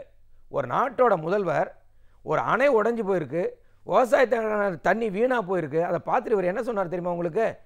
யாருக்கு வேணாலும் உடம்பு சரியில்லாம போவோம், நேற்றுக்கு நல்லா இருந்தவங்க இன்றைக்கி நல்லா இல்லாமல் இருப்பாங்க, அணை இடிகிறது இடிய தான் செய்யின்ட்டு வந்துட்டார். அப்போ ஒரு பொறுப்பற்ற ஒரு ஆட்சி தமிழ்நாட்டில் நடந்து கொண்டிருக்கிறது. அதற்கு உதவியாக மத்திய அரசாங்கம் இருந்து கொண்டிருக்கிறது. அந்த திமிர்னால தான் மக்கள் பிரச்சனைகளில் அவர்கள் கவனத்தை காட்ட மாட்டேங்கிறாங்க. நேற்றுக்கு ஒரு போராட்டம் நடந்தது, போக்குவரத்து ஊழியர் போராட்டம். அவங்க கோரிக்கை என்னங்க? ஏன் பணத்தை பிடிச்சி வச்சுருக்கிற ஜிபிஎஃப்பில் அதை கொண்டு போய் நீ ப்ராடக்ட் ஆஃபீஸில் கட்டவே இல்லை? ஏன் இன்சூரன்ஸ் பணத்தை பிடிச்சி வச்சுருக்கிற அதை எனக்கு நீ கொடுக்கவே இல்லை? ஏன் பணத்தை என்கிட்ட திருப்பி கொடுறா, 7000 கோடியை திருப்பி கொடுன்னு சொல்லி எங்கேயாவது ஒரு அரசாங்கத்தை எடுத்து ஒரு ஊழியன் இப்படி ஒரு போராட்டம் நடத்த பார்த்துருக்கீங்களா? ஆனால் நேற்றுக்காக தான் போராட்டம். அங்கே ஓய்வு பெற்றீங்கன்னா உங்களுக்கு வந்து பென்ஷனே கிடையாதுங்க. 6 மாதம் 8 மாதம் அரியர்ஸ் பென்ஷன். ஒரு நீதிமன்றத்தில் ஒரு தீர்ப்பே சொல்கிறாரு, நீங்கள் 6 இன்ஸ்டால்மெண்ட்டில் டிசிஆர்ஜி வாங்கணும். நீதிபதி 6 இன்ஸ்டால்மெண்ட்டில் தன்னோட டிசிஆர்ஜி வாங்குவாங்களா? ஆனால் இங்கே சொல்லியிருக்காங்க அப்படியும் இந்த டிசிஆர்ஜியை கொடுக்கல, பென்ஷனும் கொடுக்கல. சம்பளம் வந்து எப்போதும் கடைசி நாளில் வரும், இப்போ 1ஆம் தேதிக்கு அப்புறம் வர ஆரம்பிக்குது. ஸோ பல்வேறு பிரச்சனைகள் இருக்கிற இந்தியா தமிழ்நாட்டில். ஆனால் தமிழ்நாடு அரசாங்கம் எவைகளையும் கண்டுகொள்ளவில்லை. இப்போது இன்றைய சூழலில் இன்றைக்கும் அரசு ஊழியர்கள் வந்து அவங்களோட போராட்டத்தை தீவிரப்படுத்த 27ஆம் தேதியிலிருந்து காலவரையற்ற வேலை நிறுத்தம் என்று அறிவித்திருக்கிறார்கள். ஓகே, இது இன்றைய சூழலில் அரசோட செயல்பாடுகள் அவங்களுக்கு தெரியும். ஆனாலும் வந்து இப்போ இந்த போராட்டங்களோட தீவிரம் என்ன மாதிரியான ஒரு விளைவுகளை ஏற்படுத்தும்? நீங்கள் இந்த நவம்பர் மாதம் போராட்டம்னு சொல்லும்போது எவ்வளவு தான் போராட்டம் நடத்தி எங்களுக்கெல்லாம் அனுபவம் இருந்தாலும் கூட மனசு கஷ்டமாக இருக்குது. ஏன்னா குளிர்காலம் மழைக்காலம் வர்ற நேரம். அப்போ என்ன பண்ணணும்? இவங்க அரசு ஊழியரோடு உட்காந்து பேச்சுவார்த்தை நடத்தணும். என்ன வேணாலும் இருக்கலாங்க, எல்லாமே எங்கள் அண்டர் த சன் தானே பேசி ஆகணும். காலவரையற்ற வேலை நிறுத்தம் நடத்தினாலும் கூட நான் பேச்சுவார்த்தை வந்தாகணும். ஏன் நீங்கள் வேலை நிறுத்தத்துக்கு முன்னாடியே பேச்சுவார்த்தையை நடத்தி பிரச்சனை தீர்த்து வைக்கலாம். அவங்க ஒரு உறுதிமொழிலாம் வேறு கொடுத்துருக்குறாங்க, நான் இத்தனாம் தேதிக்குள்ளே பேசுவேன், ஜூலைக்குள்ளே செட்டில் பண்ணுவேன்லாம். அதையும் அவங்க உறுதிமொழியை கடைபிடிக்கல. அதுக்கு அடுத்தது என்னென்னா, புதிய ஓய்வூதிய திட்டத்தை திரும்ப பெறணும்னு சொன்னாங்க. மேடம் ஜெயலலிதா இருக்கிற பொழுது போன தேர்தலுக்கு முதல் தேர்தலையே அந்த அம்மா என்ன சொன்னாங்க? நான் மீண்டும் ஆட்சிக்கு வந்தால் புதிய ஓய்வூதிய திட்டத்தை மறுபரிசீலனை செய்வேன்னாங்க. அவங்க ஆட்சிக்கு வந்து அவங்களும் போயிட்டாங்க. இப்போ அடுத்த 5வது வருஷம் ஆட்சி, அவங்க ஏன் மறுபரிசீலனை செய்யலை? அதில் அரசாங்கத்துக்கு ஒன்றும் நஷ்டமே இல்லைங்க. 18,016 கோடி இருக்குன்னு சொன்னல, அந்த 18,016 கோடியை வச்சுக்கிட்டு அதே ஒரு ரிவால்விங் ஃபண்டாக வச்சுக்கிட்டு அதை வந்து என்ன வந்து ஒரு வைப்பு தொகை மாதிரி வைத்துக்கொண்டு கூட இனிமேல் ரிட்டையர் ஆகவங்களுக்கு அரசாங்கமே பென்ஷன் கொடுக்க முடியும். அரசாங்கமே செலவு பண்ண வேண்டிய அவசியமே இல்லை. எல்லாரும் ஏமா ஒரே நாளில் சாகடிக்க போகிறதும் இல்லை எங்களை. அப்போது அரசாங்கத்துக்கு மனம் இல்லை, பணம் இல்லை என்பதல்ல பிரச்சனை, இவங்களுக்கு மனம் இல்லை என்பதுதான் பிரச்சனை. இன்றைய சூழலில் இப்போது மத்திய அரசும் சரி மாநில அரசும் சரி அவங்களுடைய எண்ணங்கள் செயல்பாடுகள் வேறொரு விதமாக போயிட்டுருக்கிற ஒரு சூழலில் மக்கள் பல விதத்துலேயும் பாதிக்கப்படுறதை நம்ம பார்க்குறோம்.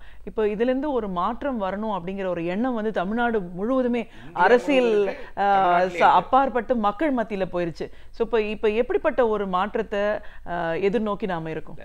செப்டம்பர் மாதம் 5ஆம் தேதி விவசாயிகள் தொழிலாளர்கள் ஒற்றுமை பேரணின்னு நாங்கள் ஒரு பெரிய பேரணி நடத்தினோம். பல லட்சக்கணக்கானவங்க வந்தாங்க.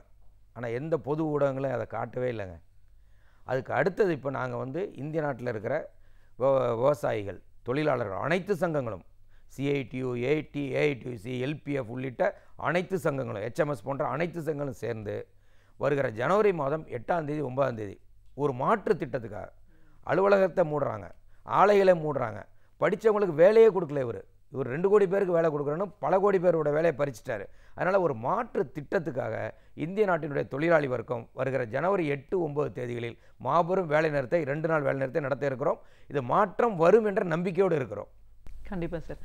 மத்திய அரசு ஊழியர் சங்கத்தின் மாநில பொதுச் செயலாளராக இன்றைய சூழலில் மத்திய பாஜக அரசு இந்த 4 ஆண்டுகளில் பொருளாதார கொள்கை முடிவுகள் அப்படின்னு சொல்லி அவங்க ஏற்படுத்தின முடிவுகள்னால எவ்வளோ தூரம் மக்கள் பாதிப்படைஞ்சிருக்காங்க, ஒரு பெரிய ஒரு வரலாற்று பதிவாக அவங்க இதை நிகழ்த்தியிருக்காங்கன்னு சொல்கிற அளவுக்கு பல கொடுமைகளை மக்கள் சந்திச்சுட்டு வரதை பார்க்குறோம்.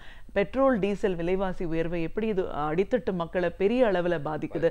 இது சார்ந்த மற்ற விஷயங்களும் விலைவாசி உயர்வு அப்படின்னும் போது அன்றாட வாழ்வே மிகவும் கடினம்ன்ற ஒரு சூழலை நோக்கி நம்ம போயிட்டு இருக்கோம். அதுவும் அரசு ஊழியர்கள் பிரச்சனையின் போது அவங்களுடைய கோரிக்கைகளை செவி கொடுத்து கேட்க கூட நேரம் இல்லாத ஒரு சூழல்ல மாநில அரசாங்கம் செயல்படுது. அவங்களோட பிரச்சனைகள் என்ன, தேவைகள் என்ன, இதற்கான ஒரு எதிர்பார்ப்போட இவங்க காத்துட்டு இருக்கிற இன்றைய சூழல்னு பல விஷயங்களை எங்களோட நீங்க பார்த்துட்டதுக்கு நன்றி.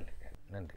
இதுவரைக்கும் நாம் அறிந்திராத பல அரிய தகவல்களை அழகிய தமிழில் தொகுத்து இன்றைக்கும் இனிமையாக வழங்க வந்திருக்கிறார் பேராசிரியர் சுபவீர பாண்டியன் அவர்கள். நிகழ்ச்சியில் அடுத்த பகுதியாக வரவிருப்பது ஒன்றை சொல் நன்றி சொல்.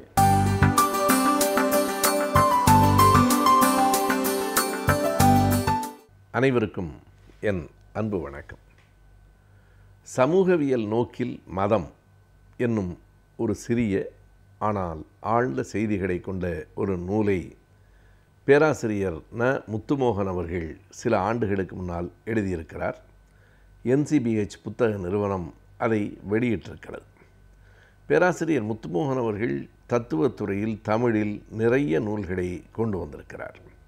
தத்துவம் என்றாலே பொதுவாக யாருக்கும் எளிதில் விளங்காது என்கிற கருத்தை உடைத்து கடுமையான அந்த தத்துவ செய்திகளை கூட எளிமையாக தருவதில் முத்துமோகன் அவர்கள் தனி புகழ் பெற்றவராக இருக்கிறார்.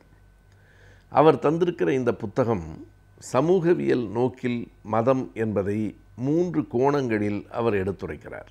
3 கோணங்களில் என்றால் 3 தத்துவாசிரியர்களின் கோணங்களில் நமக்கு இந்த செய்தியை அவர் தருகிறார். அந்த 3 தத்துவாசிரியர்கள் யார் என்றால், ஒருவர் கார்ல் மார்க்ஸ், நாம் எல்லோரும் அறிவோம். இரண்டாவது பிரான்ஸ் நாட்டை சார்ந்த எமிலி டர்க்ஹெய்ம் என்பது. மூன்றாவதாக ஜெர்மன் தேசத்தைச் சேர்ந்த மார்க்ஸ் வேபர்.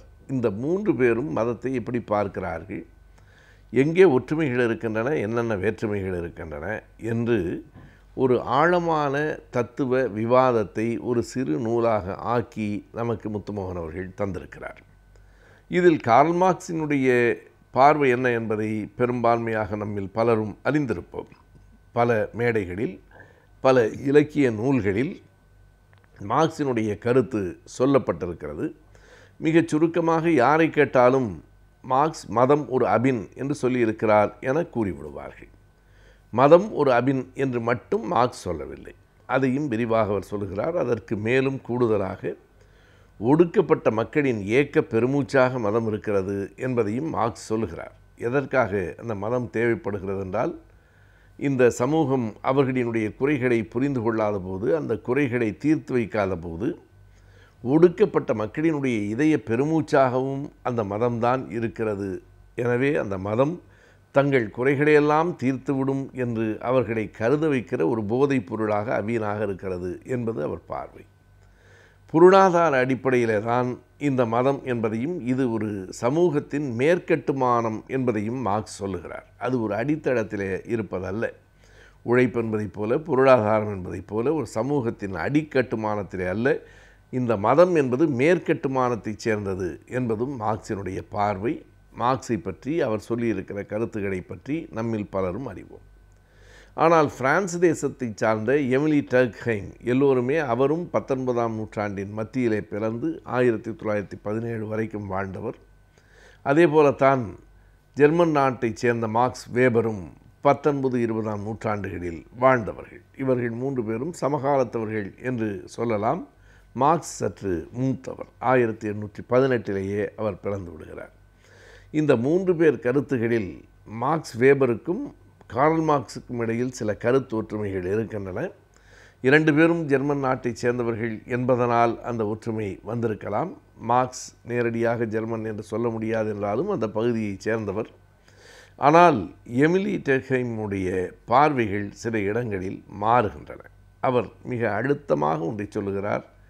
இந்த மதம் என்பது சமூகத்திற்கும் இறைவனுக்குமான தொடர்பை விளக்க வந்த ஒரு அமைப்பு. இதில் சமூகம் என்பது ஒரு மொழி போன்றது என்கிறார் எமிலி. எப்படி அது மொழி போன்றது? எந்த ஒரு மொழியையும் எந்த ஒரு தனி மனிதரும் உருவாக்கவில்லை என்பதைப் போல சமூகத்தையும் யாரும் திட்டமிட்டு ஒரு சமூகத்தை உருவாக்கவில்லை. மக்கள் தொகுதியால் மொழி உருவானதைப் போலவே மக்கள் தொகுதியால் ஓர் சமூகமும் உருவாகி இருக்கிறது. எனவே சமூகத்திற்கும் மொழிக்குமான உருவாக்கத்தில் ஓர் ஒற்றுமை இருக்கிறது என்று சொல்லும் எமிலி டெர்ஹெய்ம் அடுத்ததாக என்ன சொல்கிறார் என்றால், இறைவனை தொடர்புபடுத்தி இந்த உலகத்தில் எவையெல்லாம் புனிதம் எவையெல்லாம் புனிதமில்லை என்கிற அந்த பாகுபாட்டில் மதம் தொடங்குகிறது என்கிறார். எனவே மதத்தினுடைய தொடக்கமே எங்கே இருக்கிறது? புனிதம் புனிதமில்லை என்கிற அந்த முரணில்தான் இருக்கிறது. இது முதலில் 2ஆக இருக்கிறது. இது புனிதமானது, இது புனிதமில்லை. கடவுள் புனிதமானவர், கடவுள் சொன்ன வேதங்கள் புனிதமானவை, கடவுள் வாழ்ந்த அல்லது கடவுளுக்கு தொடர்புடைய இடம் என்று கருதப்படுகிற இடம், ஆறு எல்லாம் புனிதமானவை. அது மதத்துக்கு மதம் மாறலாம். இந்துக்களுக்கு காசி ராமேஸ்வரம் புனிதமானது, இஸ்லாமியர்களுக்கு மக்கா மதினா புனிதமானது, மற்ற மதத்தினருக்கு ஜெருசலேம் போன்ற நகரங்கள் புனிதமானவை. எனவே புனிதம் என்பது இடத்தில் இருக்கிறது, நூலில் இருக்கிறது. இப்படி பல்வேறு வகையான புனிதம், மற்றவைகள் புனிதமற்றவை, சாதாரணமானவை. மனிதர்கள் புனிதமானவர்கள் இல்லை, சாதாரணமானவர்கள். இந்த 2 காலப்போக்கில் 4ஆக பிரிகிறது என்று அவர் சொல்லுகிறார். புனிதம், புனித குறைவு, புனிதமற்றது, தீட்டு என்று 4 நிலைகளை நோக்கி அது வருகிறது. இவற்றை மதம் கட்டி காப்பாற்றுகிறது. கடைசியாக புனிதமும் தீட்டும் நேர் எதிராக நிற்கின்றன. சிலவெல்லாம் புனிதமானவை, சிலவெல்லாம் தீண்டத்தகாதவை. இந்த புனிதம் என்பதே எந்த ஒன்றையும் நாம் எப்படி அங்கீகரிக்கிறோம் என்பதை பொறுத்தது. ஏதேனும் ஒன்றை பார்த்து, ஒரு பெண்ணை பார்த்து இந்த பெண் மங்களமாக இருக்கிறாள் என்று சொன்னால், யாரோ ஒரு பெண் அமங்கலமாக இருப்பதான விமர்சனம் அதற்குள் இருக்கிறது. எனவே இது வெறும் கூற்றல்ல, ஒரு விமர்சனம். புனிதம் என்று சொல்லுகிற போதே இது புனிதம் என்றால் அது புனிதமற்றது அல்லது தீட்டு என்கிற எண்ணம் விதைக்கப்பட்டு விடுகிறது. எனவே இப்படிப்பட்ட முரண்களை உருவாக்கி அந்த முரண்களில் மதங்கள் வாழ்கின்றன. கூட்டு உணர்ச்சிகள், கூட்டு சடங்குகள், இவற்றால் தான் மதம் வருகிறது என்பதை எமிலி தெளிவாக சொல்லுகிறார். ஜெர்மனியிலே பிறந்த அதே காலகட்டத்திலே வாழ்ந்த மார்க்ஸ் வேபரினுடைய கருத்துக்களை பார்த்தால் அவை கார்ல் மார்க்ஸினுடைய கருத்துக்களோடு கொஞ்சம் இணக்கமாக இருக்கின்றன.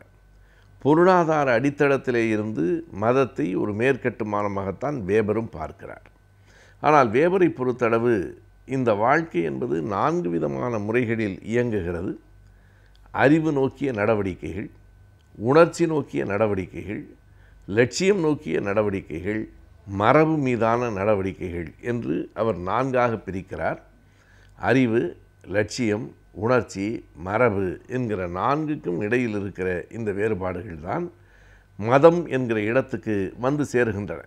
யார் உணர்ச்சி சார்ந்து அல்லது மரபு சார்ந்து சிந்திக்கிறார்களோ அவர்கள் மதம் நோக்கி வர வேண்டியிருக்கிறது என்பதை அவர் விளக்குகிறார். இப்படி ஒரே தத்துவத்துறையில் 3 விதமான கருத்துகள் ஒரே காலகட்டத்தில் வாழ்ந்த 3 தத்துவாசிரியர்களிடம் இருந்திருக்கின்றன என்பதை பட்டியல் போட்டு ஒன்றோடு ஒன்று ஒப்பிட்டு அவற்றுக்குள் இருந்த வேறுபாடுகளையும் சொல்லி, இந்த பார்வைதான் 19ஆம் நூற்றாண்டில் மதம் பற்றிய சமூகவியல் நோக்கிலான பார்வை என்பதை முத்துமோகன் விளக்குகிறார். ஒரு சிறிய நூலில் இத்தனை தெளிவாக இத்தனை கருத்துக்களை விளக்க முடியும் என்பதே வியப்பாக இருக்கிறது. மிக எளிமையாக தத்துவத்தை புரிந்து கொள்வதற்கு, தத்துவத்தின் அடிப்படையில் எப்படி சமூகவியல் நோக்கில் மதங்கள் உருவாயின என்பதை உள்வாங்கிக் கொள்வதற்கு இந்த நூல் கண்டிப்பாக நம் எல்லோருக்கும் உதவும். தற்போது அதிகமாக பரவி வரும் நோய்களை பற்றியும் அவற்றை தடுக்கும் முறைகள், அவற்றிற்கான நவீன சிகிச்சை முறைகளை பற்றியும் இப்பொழுது அறிந்து கொள்ளலாம்.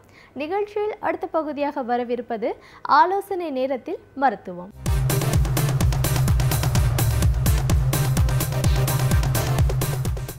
வணக்கம் நேயர்களே, இன்றைக்கி நம்ம பார்க்க போகிற தலைப்பு வந்து பார்த்திங்கன்னா காய்ச்சல். இன்றைக்கி காய்ச்சல்ன்றது வந்து பார்த்திங்கன்னா ரொம்ப பிரதானமான ஒரு விஷயம். இன்றைக்கி வந்து மனுஷனுக்கு வந்து ஹார்ட் அட்டாக் கூட வந்து பார்த்திங்கன்னா நிறைய மருந்துகள் எல்லாம் கண்டுபிடிச்சி நிறைய பேரை வந்து காப்பாற்றிடுறோம். இப்போ இன்னும் நம்மளுடைய அவல நிலை என்ன அப்படின்னா, நம்மளுடைய நாட்டில் வந்து பார்த்திங்கன்னா காய்ச்சலில் நிறைய பேர் இறந்து போகிறாங்க. இதுக்கு என்ன காரணம்னா, காய்ச்சலை பற்றின முழுமையான விழிப்புணர்வு நமக்கு இல்லாதனால தான் வரும். காய்ச்சல் தான் இருக்கிறதுலே ரொம்ப சுலபமான ஒரு நோயும், அதே நேரத்தில் அதுவே ஒரு பெரிய பிரச்சனையான நோயாகவும் உயிரே குடிக்கிற நோயாகவும் மாறுது. அப்போது இந்த காய்ச்சலை பற்றி நமக்கு என்ன தெரியணும் அப்படின்றது தான் ரொம்ப முக்கியம். முதல்ல நம்ம வந்து என்ன நினச்சிட்ருக்கோம், காய்ச்சல்னால் உடம்பு சூடானாலே காய்ச்சல் ஆகிடுது அப்படின்னு நம்ம நினைக்கக்கூடாது. ஃபஸ்ட்டு வந்து என்னென்னா, நம்ம உடம்பு வந்து பார்த்திங்கன்னா ஒரு ஹோமியோஸ்டேசிஸ்ன்னு சொல்லுவாங்க. அதாவது சூழலுக்கு ஏற்ற மாதிரி தன்னை மாற்றிக்கும். இப்போ நீங்கள் ரொம்ப வெயில் அடிக்கிற சூழலில் பார்த்திங்கன்னா நீங்கள் வேர்வை வந்து உங்கள் உடம்பு வந்து கூல் பண்ணிக்கும். ரெண்டாவது வந்து பார்த்திங்கன்னா நைட் டைம்ஸில் பார்த்திங்கன்னா உங்கள் உடம்பு கொஞ்சம் ஹீட் ஆகும். உடனே நம்ம என்ன பண்ணுவோம், நைட்டு ஹீட் ஆகுறது பார்த்த உடனே நமக்கு வந்து காய்ச்சல் இருக்குதுன்றதை நினச்சிப்போம். ஸோ யூஸ்வலாக இந்த குழந்தைங்களுக்கெல்லாம் வந்து காமனாக சொல்லுவாங்க, என் குழந்தைக்கு தலையெல்லாம் ஒரே சூடாக இருக்குது சார், ரொம்ப பயமாக இருக்குது, மூளைக்காய்ச்சலாக இருக்குமா, இவங்களாம் அதை நினச்சிக்கிறது. ஸோ என்னை பொறுத்த வரைக்கும் என்ன சொல்லுவேன்னா, காய்ச்சல்ன்றது ஒன்றுமே ஒரு பெரிய விஷயமே கிடையாது. அதாவது உங்கள் குழந்தையுடைய ஆக்டிவிட்டீஸ், அதாவது விளையாடுறது வந்து ரொம்ப டல் ஆகிடும், நம்மளுடைய நடக்கிறது இது எல்லாமே வந்து கொஞ்சம் ரெஸ்ட்ரிக்ட் பண்ணுது அப்படின்னா you are affected with some fever. அந்த மாதிரி நீங்கள் வந்து ஈஸியாக இந்த காய்ச்சலை டெஸ்ட் பண்ணிக்க முடியுது. இப்போல்லாம் வந்து தெர்மோமீட்டர்ஸ் பிளாஸ்டிக்ஸ்லேயே வருது, ஒரு 150 rupees 200 rupeesக்கே வருது. நீங்கள் ஒன்றும் இல்லை, அதை ஜஸ்ட்டு வந்து ஒரு எலக்ட்ரானிக் தெர்மோமீட்டர்ஸ் தான். நீங்கள் ஒரு ப்ரெஸ் பட்டன் பண்ணிவிட்டு நீங்கள் உங்களுடைய குழந்தையோட ஆக்சிலால் நீங்கள் வச்சு பார்த்தீங்கன்னா, இப்போ நம்ம நிறைய பேர் என்ன நினைப்பாங்கன்னா, எவ்வளோ இருந்தால் ஃபீவர் சார் அப்படின்வாங்க. மினிமம் 100 இருந்தால் தான் நீங்கள் ஃபீவர். 99 98 இதெல்லாம் ஃபீவரே இல்லை. நிறைய என் பேஷண்ட்ஸ் எல்லோரும் வருவாங்க, சார் எனக்கு வந்து பார்த்திங்கன்னா 99 இருக்குது சார் அப்படின்னு. நிறைய பேர் என்ன பண்ணுவாங்க, அந்த 99 டிகிரிக்கு 99 ஃபாரன்ஹீட்டுக்கே வந்து மருந்து கொடுத்துருவாங்க. என்னை பொறுத்த வரைக்கும் வந்து பார்த்திங்கன்னா 100 ஃபாரன்ஹீட் வந்தால் தான் நம்ம வந்து காய்ச்சலுக்கு உண்டான ட்ரீட்மெண்ட் ஸ்டார்ட் பண்ணணும். யூஸ்வலாக நம்ம என்ன நினைப்போம் அப்படின்னா, காய்ச்சல் வந்தாலே ஒரு பயம் வந்துடுது. காய்ச்சல் வந்து நம்மளுடைய நண்பன் நான் சொல்லுவேன். எப்படி அப்படின்னா, உங்கள் உடம்புக்கு ஒரு பிரச்சனை வந்திருக்குன்றதை வெளிக்காட்டுறது தான் அந்த காய்ச்சல். இப்போ நம்ம நிறைய பேர் என்ன நினச்சிட்டு இருக்கோம் அப்படின்னா, காய்ச்சல் வந்தாலே ஒரு பதட்டம், ஒரு பயம், அதை நம்ம எப்படியாவது குறைச்சாகணும் அப்படின்வாங்க. இப்போ இந்த காய்ச்சலில் 2 விதமான காய்ச்சல் இருக்குது. அதாவது viral infection and bacterial infection. Viral இன்ஃபெக்ஷன்னா எப்படின்னா, அந்த காய்ச்சல் வந்து நீங்கள் என்ன மருந்து கொடுத்தாலும் பெருசாக மாறாது. அது வந்து அதோடைய ஓன் கோர்ஸ்லேயே சரியாகும். அதாவது வந்து நீங்கள் 1 வாரம் இல்லை 5 நாள் 1 வாரம் வரைக்கும் இருக்கும். உதாரணத்துக்கு பார்த்தீங்கன்னா, இந்த காய்ச்சலுக்கு வந்து நீங்கள் சப்போர்ட்டிவ் ட்ரீட்மெண்ட் மட்டும் கொடுத்தாலே போதும். அதாவது வந்து உங்கள் காய்ச்சல் குறையிறதுக்கு பேராசிட்டமால் போல மருந்துகள், நிறைய தண்ணி குடிக்கணும்.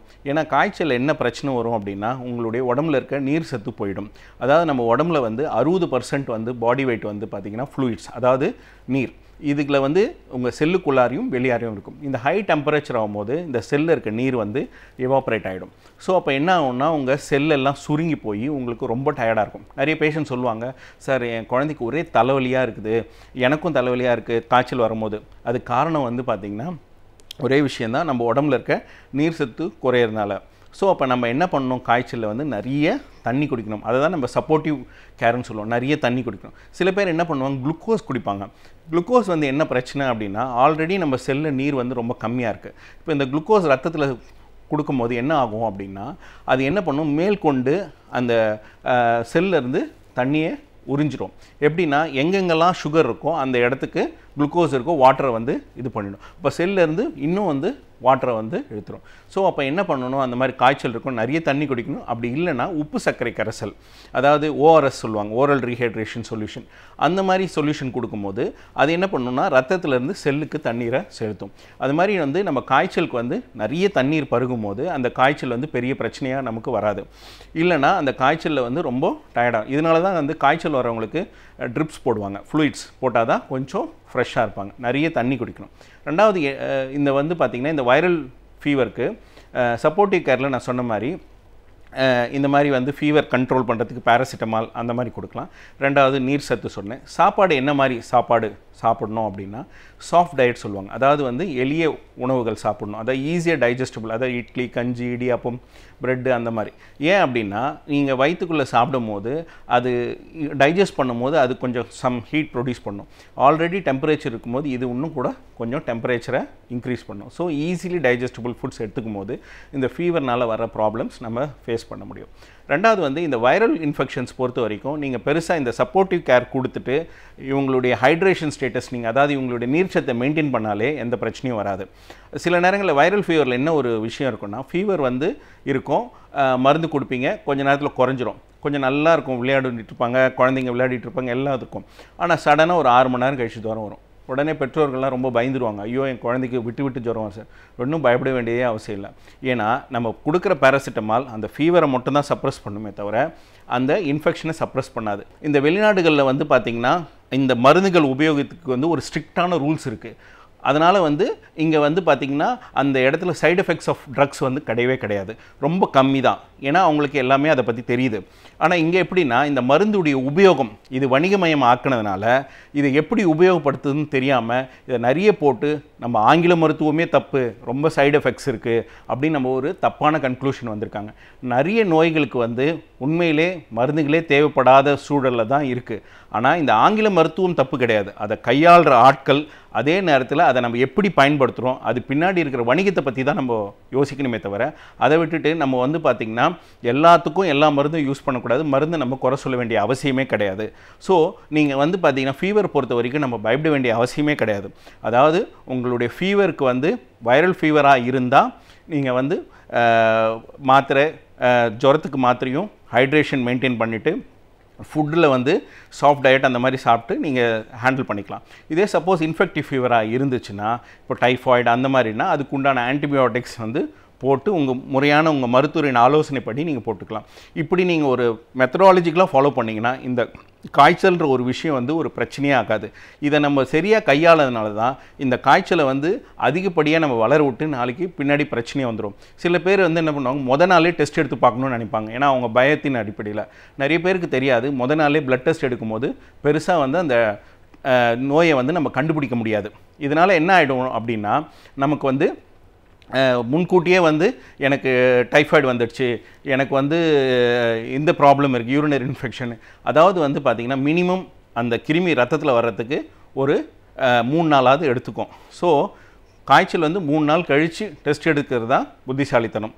அதனால் வந்து நீங்கள் வந்து இதை உங்கள் மருத்துவர்கிட்டே நீங்கள் விட்டுட்டு நீங்களாக போய் ரத்தம் டெஸ்ட் பண்ணுறதும் நீங்களாக மருந்து வாங்கி சாப்பிட்றதும் இது வந்து பெரிய பெரிய பாதிப்புகள் ஏற்படுத்தும்.